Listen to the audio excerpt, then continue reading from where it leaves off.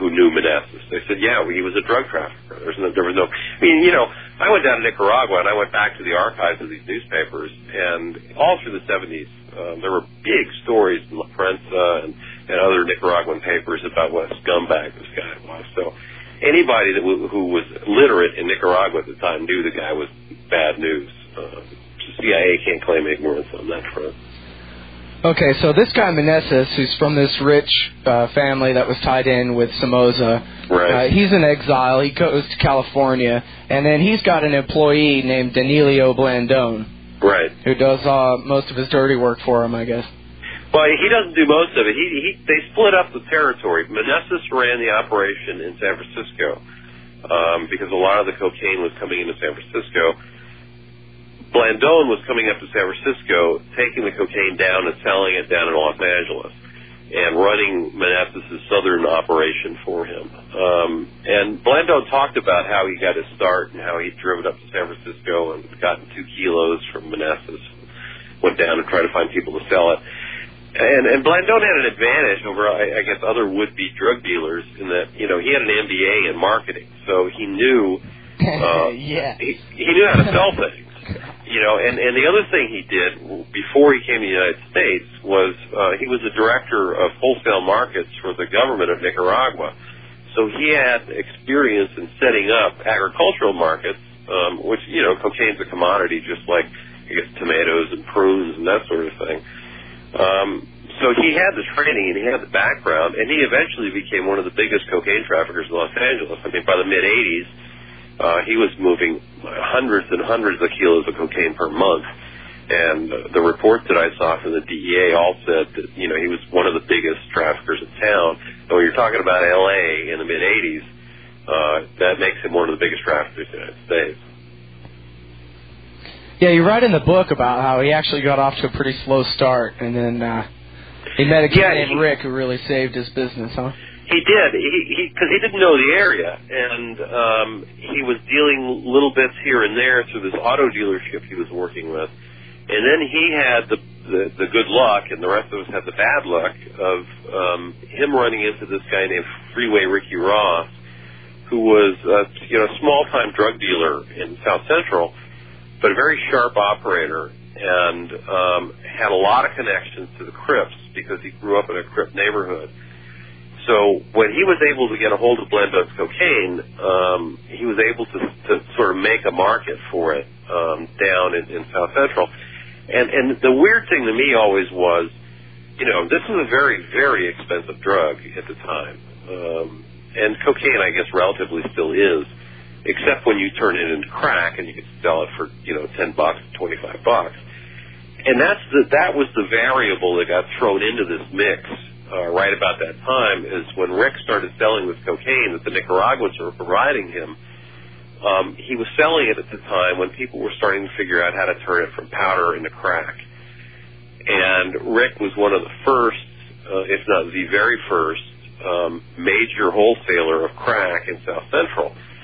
So he hit the market, and Nicaraguans hit the market right at the right time, historically, to create something where there had never been. In South Central in the early 80s, the drugs of choice were marijuana and PCP and angel dust, that kind of stuff.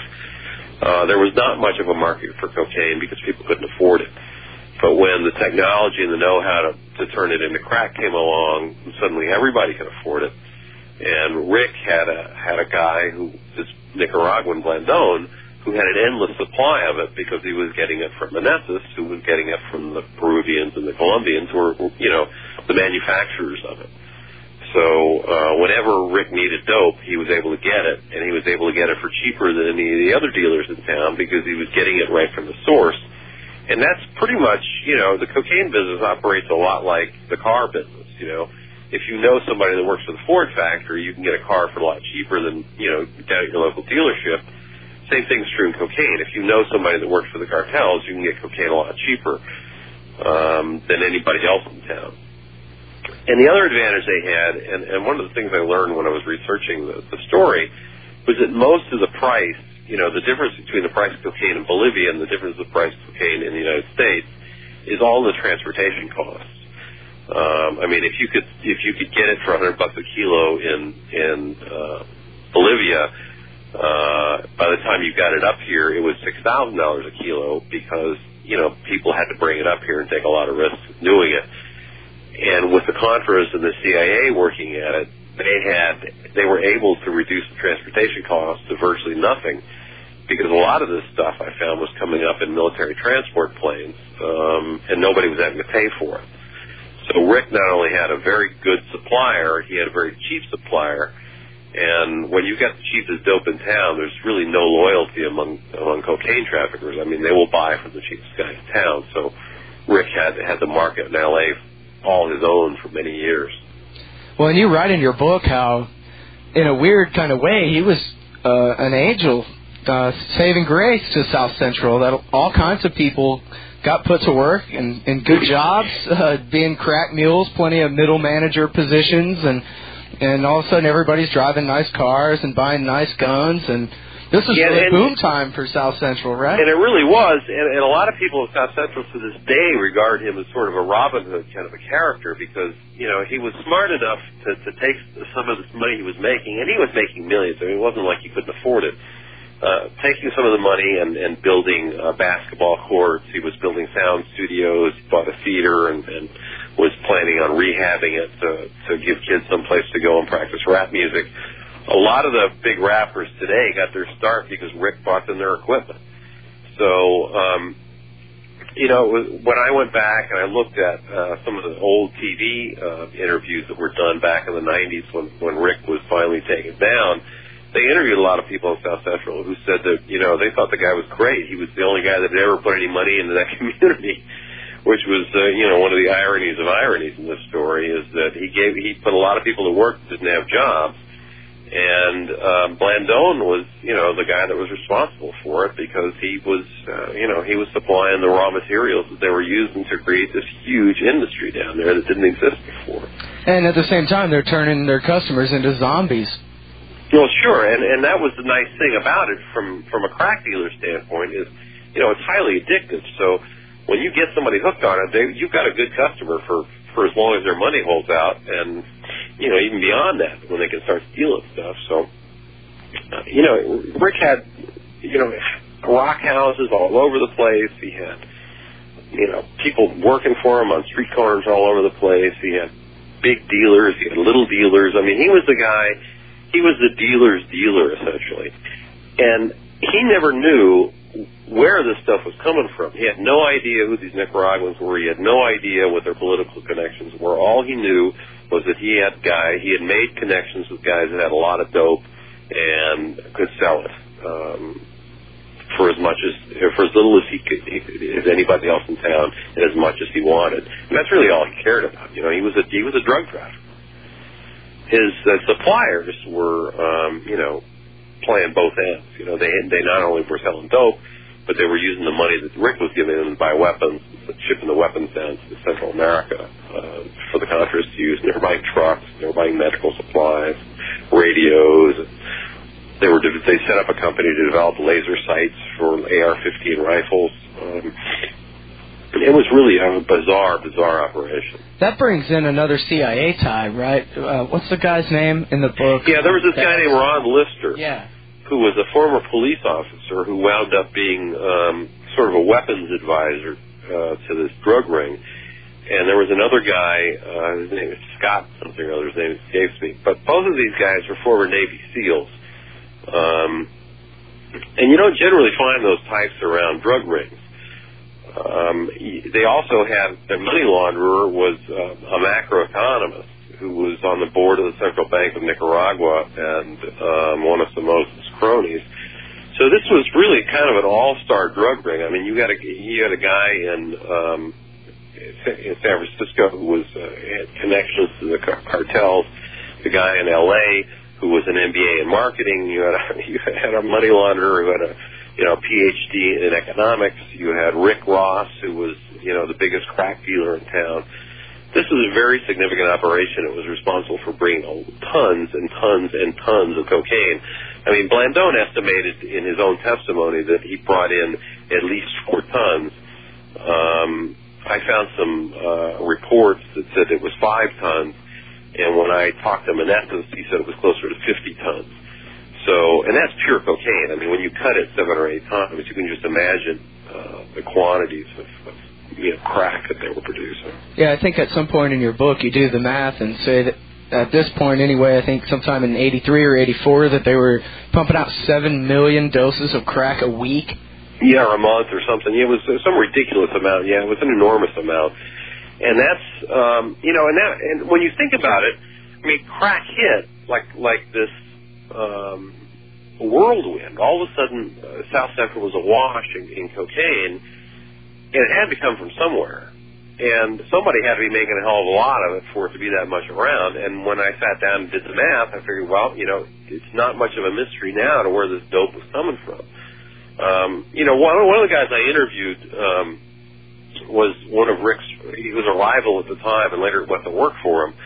And he said he went to one of the cookhouses that Rick had set up down at South Central, and he said they had gutted. They bought these, nondescript-looking houses. In the middle of the night, they would go in and gut them, and they would bring in these big restaurant-style gas ranges and big cooking pots, and they would have people in there 24 hours a day just cooking crack. And he had several of these houses all over the place. And they were just making, Rick was talking about making $2-3 million a day in profit because of the amount of cocaine he was selling. So, it staggers the imagination sometimes to think about how big that operation was.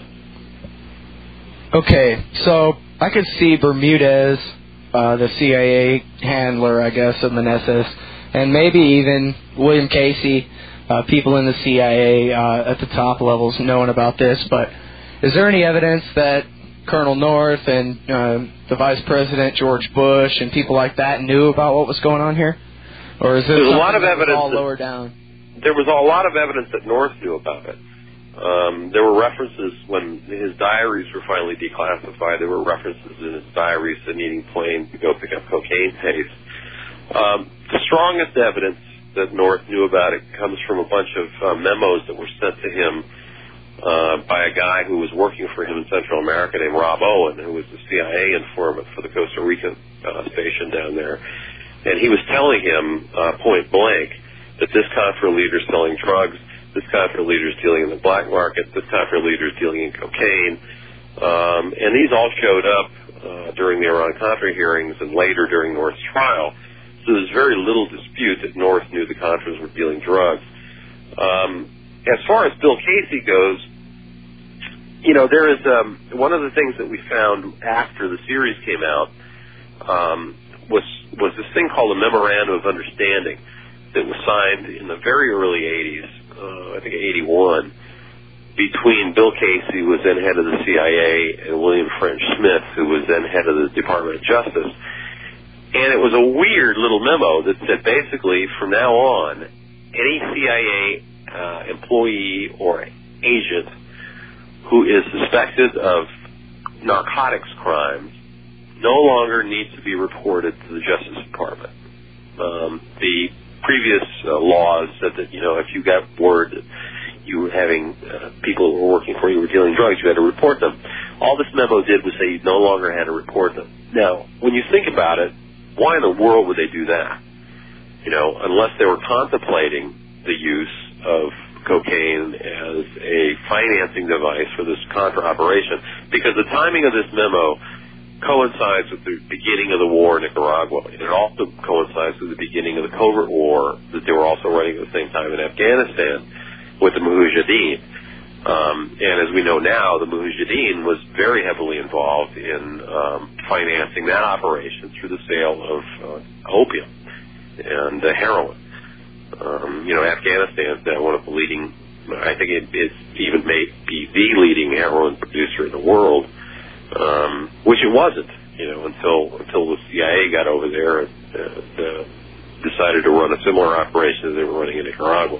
This is the same kind of thing that they ran in Vietnam, too, the Golden Triangle, right? It's exactly the same kind of thing. And I even found a precedent going back to the Korean War There were some records declassified a couple of years ago that talked about how an agent who was working for the CIA in Korea had made millions and millions and millions of dollars dealing drugs with a North Korean. So, you know, it goes back, you know, and that was the strange thing about the reaction to the story when it came out. It was like people said, oh, this is unheard of. Well, no, it's not if you know a little bit about the history of this kind of thing. I think it was, I can't remember her first name. There's a book about Iran-Contra called Out of Control by... Leslie Covert. Yeah. Yeah, there you go. And yeah. I